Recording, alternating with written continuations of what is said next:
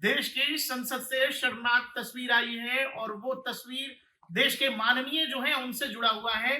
वो बीजेपी के सांसद हैं, उड़ीसा से चुनकर आते हैं प्रताप सारंगी। उनको बीजेपी का आरोप है कि राहुल गांधी ने धक्का दिया और इस दौरान प्रताप सारंगी चोटिल हो गए। ये पूरा वाकया बढ़ा वहां से जहां बाबा साहब पर एक बयान आया था, अमित शाह का वक्तव्य था और उस पूरे वक्तव्य में जिसमें वो 3-4 मिनट तक सदन में बोले थे इस मुद्दे पर, बाबा साहब के मुद्दे पर और कांग्रेस के इतिहास पर, उसका 12 सेकंड का एक क्लिप कांग्रेस ने जगह जगह वायरल किया और अब उसी मामले पर कांग्रेस लगातार आक्रामक होती जा रही है। आरोप यह है, राहुल गांधी कह रहे हैं कि मुझे बीजेपी सांसदों ने धक्का दिया। बीजेपी का आरोप है कि प्रताप सारंगी को राहुल गांधी ने धक्का दिया।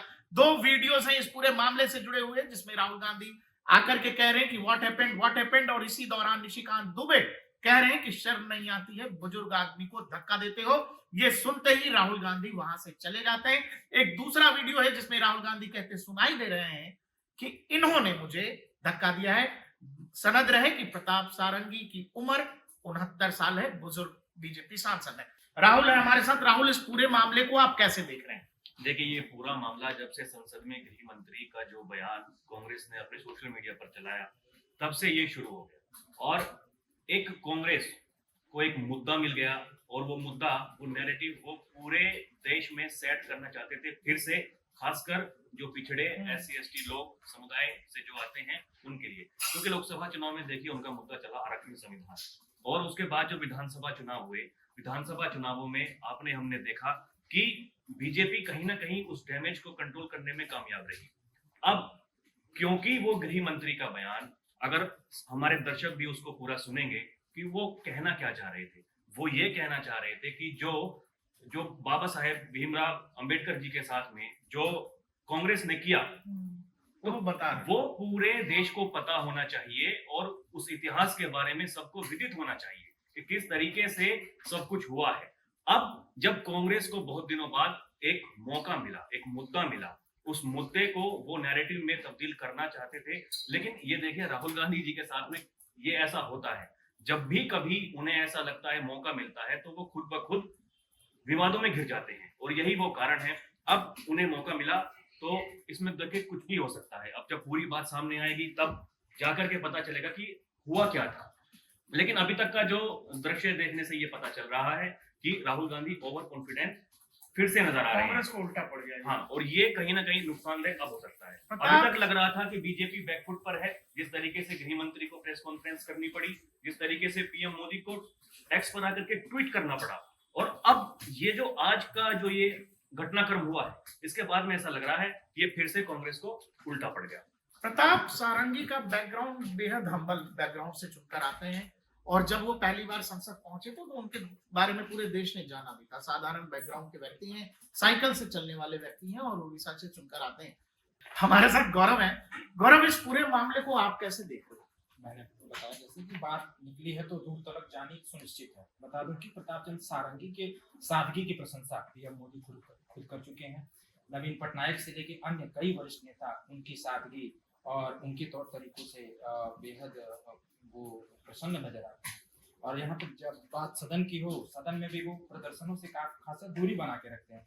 हालांकि आज जो घटनाक्रम हुआ वो निश्चित रूप से निंदनीय है। राहुल गांधी पर गंभीर आरोप लगे हैं कि उन्होंने प्रताप चंद्र सारंगी को धक्का दिया, उनके सिर पर चोट लगी नजर आई। कुछ बीजेपी सांसद उन्हें व्हीलचेयर पर बैठा कर ले जाते नजर आ रहे हैं। बीजेपी का गंभीर आरोप है कि राहुल गांधी ने उन्हें धक्का दिया है, जबकि राहुल गांधी से सिरे से खारिज कर रहे हैं। हालांकि वास्तविकता क्या है ये तो जांच का विषय है और इस विषय पर निश्चित रूप से कुछ न कुछ होगा, आगे देखते हैं।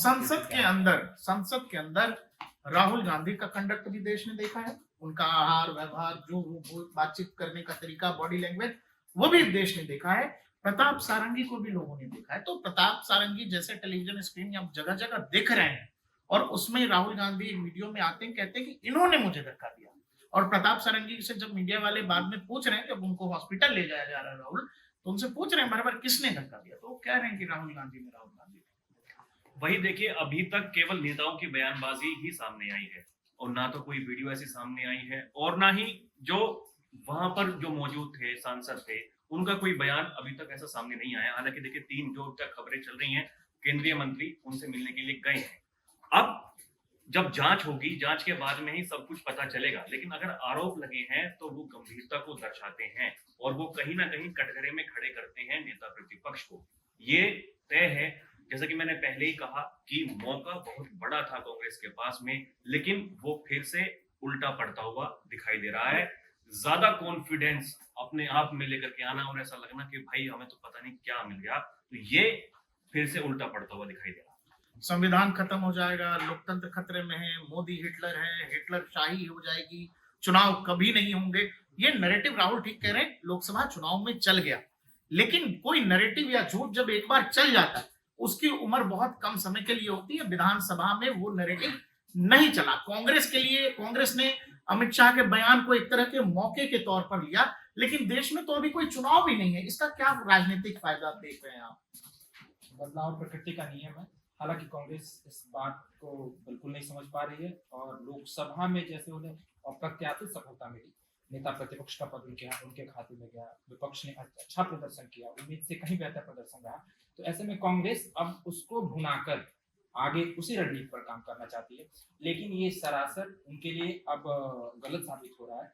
जैसा कि हम सभी ने देखा कि जनता हकीकत को जान चुकी है, अब तथ्य खंगाले जा रहे हैं। तथ्य ये है कि बाबा साहब बी आर अम्बेडकर को कैसे कांग्रेस ने पूर्व में चुनाव हराया, कैसे पंडित नेहरू ने उनके खिलाफ जाकर प्रचार किया है, ये सब चीजें बकायदा लेटर लिखा गया। ये सारी चीजें तथ्यों में मौजूद है। ये हम हवाई की बात नहीं कर रहे हैं। जब हम तथ्य खंगालेंगे तो सारी चीजें मिलेंगी और जनता इन सब चीजों से अब रूबरू हो चुकी है। कांग्रेस की वास्तविकता को लोग समझ रहे हैं और कहीं ना कहीं यही वजह है हतोत्साहित भी हम कह सकते हैं कि कांग्रेस हतोत्साहित। राहुल, देश के सेंट्रल हॉल में जो जहां संविधान निर्माण हुआ, संविधान सभा की बैठकें हुई, उस सेंट्रल हॉल में बाबा साहब की तस्वीर नहीं लगने दी गई। बाबा साहब और कांग्रेस का जो इतिहास है, पार्टी के अंदर जिस तरह से बार बार कांग्रेस के अंदर बाबा साहब का तिरस्कार किया गया, तो कांग्रेस जो ये दिखावा कर रही है कि वो बहुत आगे बढ़कर देश में दलितों की चिंतक होने की कोशिश कर रही है इस पूरे मामले पर, आपको क्या लग रहा है? लोगों को तो ये बहुत सारी सच्चाई का भी इस पूरे मामले में पता लगेगा, कांग्रेस और बाबा साहब को लेकर जो इतिहास रहा है। देखिए प्रकाश, मैं आपको बता दूं, जो दर्शक ना जानते हो, आपको जानकारी होगी, लेकिन शायद कुछ दर्शक ऐसे होंगे जिनको की जानकारी नहीं होगी। कांग्रेस ने जो बाबा साहेब भीमराव अम्बेडकर के साथ में किया वो सबको विदित है। उनके खिलाफ जाकर के नेहरू जी ने प्रचार किया, उनको चुनाव हरवाया और उनको बेबस कर दिया इस्तीफा देने के लिए। जिस समय वो इस्तीफा दे रहे थे, तो देखिए वो इस पूरे के पूरे संविधान के रचयिता है और इसी संविधान के अनुसार मैं आपको बता दूं कि जब कोई कैबिनेट मंत्री को इस्तीफा देता है तो संसद में इस्तीफा देने से पहले उनका एक भाषण होता है। उस समय की सरकार ने उन्हें कोई मौका नहीं दिया। उसके बाद में वो संसद से बाहर जाकर के प्रेस कॉन्फ्रेंस करते हैं और तब वो क्यों इस्तीफा दे रहे हैं वो लोगों के सामने अपनी बात रखते हैं। बहुत सारी बात उन्होंने बताई कि पिछड़ों के लिए और जो SC ST लोग हैं उनके लिए इस सरकार में कोई काम नहीं हो रहा है। जिस काम को हम करना चाहते थे, जो जिसको सोच करके संविधान बनाया गया है, अगर उस संविधान के अब इस संविधान को राहुल गांधी हाथ में लिए फिरते हैं, अगर उस संविधान के अनुसार काम नहीं हो रहा है तो फिर क्या फायदा है उस संविधान का। और वही नैरेटिव बनाया जाता है, बार बार ये दिखाया जाता है कि हम कितने हितैषी हैं दलितों के, पिछड़ों के। लेकिन आपने क्या किया? आप खुद प्रधानमंत्री रहते रहते भारत रत्न लेकर के बैठ गए। बड़ी बात कह रहे हैं राहुल। वो भारत रत्न जाकर के मिला 1990 के बाद 91 में। हाँ, और वो भी उस सरकार ने, गैर कांग्रेसी सरकार ने, जिसका समर्थन बीजेपी का था, वामपंथी सरकारों का। राजीव गांधी का देहांत 91 में ही भारत रत्न जी, मैं वही कह रहा हूँ, 1990 के बाद में, जब उस सरकार का समर्थन बीजेपी कर रही थी और जो वाम खेमा है वो कर रही थी। यानी वो समझते हैं कि क्या अहमियत थी अम्बेडकर साहब की, और ये देखिए दर्शाता है कि आप कितने उनके हितैषी हैं। राहुल, बड़ी बात कह रहे हैं कि गांधी परिवार के, चाहे जवाहरलाल नेहरू हो, इंदिरा गांधी हो, इन दो लोगों ने तो खुद को ही भारत रत्न अपने ही समय में खुद की सरकार रहते दे दिया।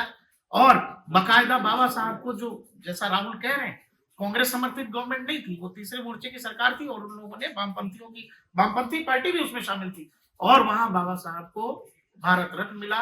91 में राजीव गांधी की मौत होती है, 91 में भी राजीव गांधी को भारत रत्न दे दिया जाता है।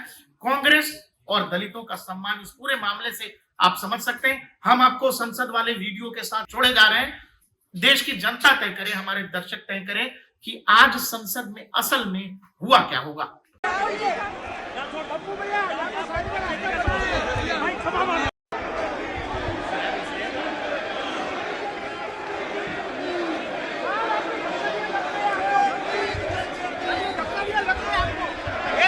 आपको शर्म नहीं आती है क्या राहुल? क्या शर्म नहीं आती है?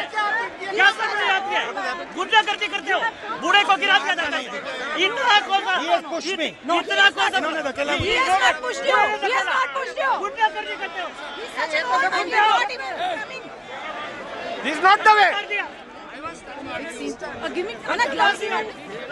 राहुल गांधी एक एमपी को धक्का लगा, मेरे ऊपर गिर पड़ा और मैं नीचे गिरा। आपको किसने धक्का मारा? राहुल गांधी ने? राहुल गांधी ने धक्का मारा आपको?